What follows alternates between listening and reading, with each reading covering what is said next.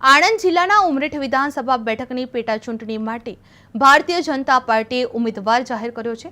ભાજપે સ્વર્ગસ્થ ગોવિંદભાઈ પરમારના પુત્ર હર્ષદ પરમારને ટિકિટ આપી હતી। આ દરમિયાન ચીખોદરા ખાતે ગોવિંદભાઈ પરમારના નિવાસસ્થાને તેમની સામાજિક વિધિ યોજાઈ હતી, જેમાં મોટી સંખ્યામાં સમાજના આગેવાનો અને સ્નેહીઓ ઉપસ્થિત રહ્યા હતા।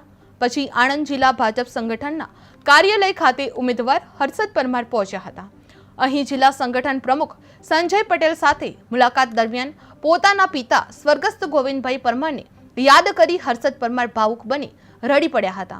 આણંદ જિલ્લા ભાજપ કાર્યાલય ખાતે લાગણીશીલ દ્રશ્યો સર્જાયા હતા। ઉમરેઠ પેટા ચૂંટણી ભાજપ ઉમેદવાર જાહેર કરવામાં આવ્યું હતું, જેમાં ગોવિંદ પરમારના પુત્રને ટિકિટ આપવામાં આવી હતી। જ્યાં ચીખોદરામાં સામાજિક વિધિ યોજાઈ હતી, જેમાં ભાજપ કાર્યાલયે ભાવુક દ્રશ્ય જોવા મળ્યા હતા અને પિતાને યાદ કરી રડી પડેલા જોવા મળી રહ્યા હતા।